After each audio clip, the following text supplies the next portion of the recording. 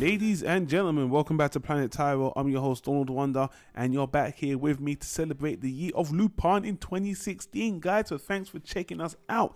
If you were here last time, you probably remember us talk about the very special Lupin collaborative special, Detective Conan versus Lupin III.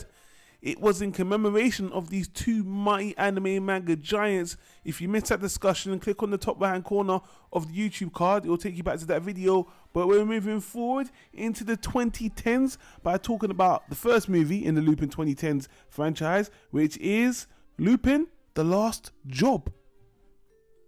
So this special starts out in typical Lupin fashion. Lupin is actually trying to steal some cargo, and as usual, he actually sends a letter to Zenigata to let him know, I'm going to steal this cargo. Now this cargo has got to do with this kind of monk statue that's leading to some ninja powers or something.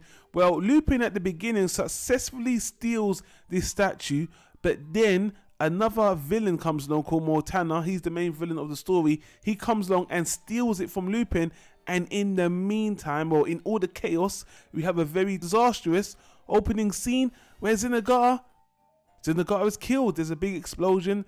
Zenigata's hat just blows in the wind, and it looks like it's the end of Zenigata. Now, we all know that's not going to happen. Even Lupin's apparently died in previous movies, like the $1 Money Wars or whatever, and didn't really happen. So you know what's going to happen. But it was an interesting take. The rest of the story's got to do with this other Interpol agent, this female Interpol agent who wants to get this monk statue as well. She turns out to be a ninja, and this turns out to be something to do with the Fume Ninja clan unlocking the secret to this statue, and this guy Morgana, whatever his name is, him wanting to unlock the secret of this statue as well. It's got to do with a lot of ninjas and a lot of treasures and unlocking stuff. Again, I don't want to get too specific and go into spoilers, but I do want to explain myself on even why I'm having a bit of a hard time explaining the plot here. And first of all, the movie is enjoyable on the whole for one main reason. To be honest with you, I found this to be one of the most action-packed Lupin specials. I mean, from the beginning to the end, you can't go with like a 5-minute dead space without an action scene, and that made it really good. The first couple of action scenes are really good, especially the one with Zenigata dying. Some of them get slow, but consistently through, there is some kind of action scene, which is really good. On top of that, the action is mostly ninja action with this good guy with this yo-yo thing, and the Interpol girls and ninja as well, and even the bad guy. A lot of good action that kept me engaged. The thing that bothered me about this movie is the plot of this statue. And to unlock the statue, you got to get a sword, and then you got to break this armor. It became very convoluted, and even the power of what this statue might become, they were hyping up the power of this statue so much, and everyone wanted it, but it was not interesting. It just wasn't.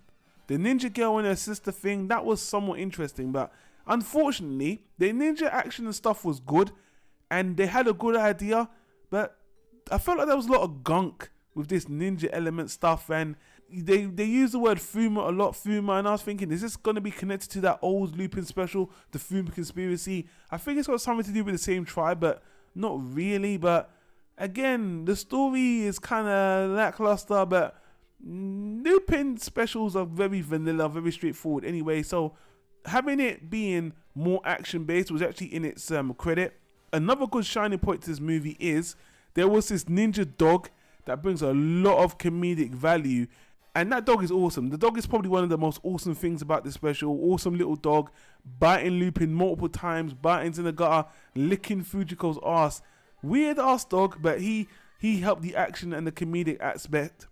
Another kind of noteworthy point is Fujiko, just like in the last movie, she's really crossing that villainous territory. This time she's again pretty much siding with the villain more than anything else. She did that in the other movie about the magic lamp as well, and this time, you know, they're making Fujiko very one-dimensional and greedy and just bitchy, which I guess she's always like that, but I kind of like it when there's another twist that she's actually working with the team, but she's just becoming too money grabbing, and just Lupin kind of gets on my nerves, because every time Fujiko's on the screen, every time she just appears, he would say Fujiko, and get distracted.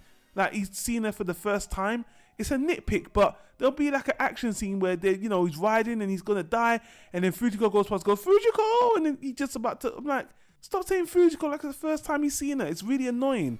And another thing, I am nitpicking, but this had to be the #1 Lupin special where the bullets were just missing Lupin, and it's with machine. I mean, this is nothing new in any kind of medium, in movies and stuff like that. But there's so many times that most of these guys should have been shot dead, especially Lupin. Machine gun fire at point blank range. 1 time's excusable, 2 times excusable, 3 times excusable, like 7 times. There's a machine gun right in front of Lupin's face, setting off multiple machine gun rounds, and the guy dodges them. Even for Goemon using his sword is preposterous, but it's awesome to see. But how can Lupin dodge multiple machine gun bullets? You're really pushing my suspension of disbelief with this movie. I know it's a nitpick, but honestly, this is the most noticeable time where I'm like, guys, don't put Lupin in this situation of dodging machine guns. It's looking really bad, like really, really, really, really bad. He's not even moving very, very fast like Goemon. So anyway, there's not much more I can say about it. I think it's overall, I would give it a high okay. It's just above average, but the story isn't compelling. The animation with the action is good. They don't use a lot of background music, not many Lupin themes or anything that really elevates this special.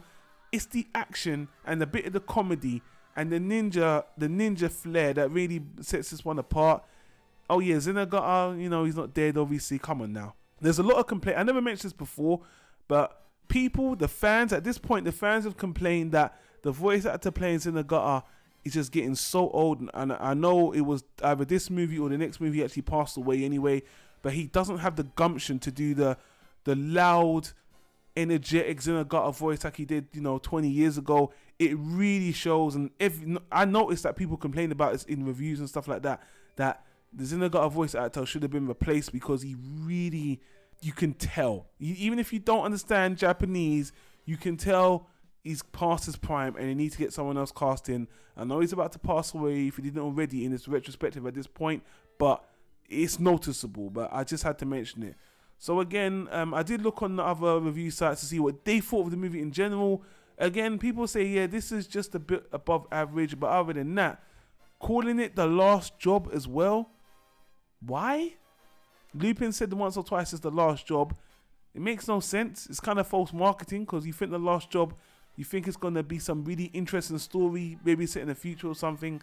So having the name The Last Job is a little bit misleading as well, when it's really neither here nor there.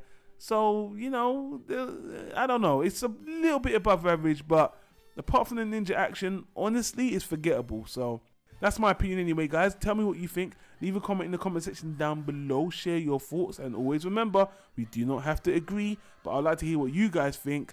Agree or disagree. Enough said, guys. Thanks for watching. If you like the video, hit a thumbs up on the video. Let us know you like it. Leave a comment, like I said 3 times before. And if you are so inclined, why don't you check out the other videos we do on Planet Tyro? Look on the right there, you'll see the other annotations, the books, movies, TV shows, what have you, the podcast. Thanks for subscribing to the channel. Thanks for listening on the podcast on iTunes. And until then, we'll see you again on the Lupin retrospective. Thanks for watching, guys. Take care. Peace out.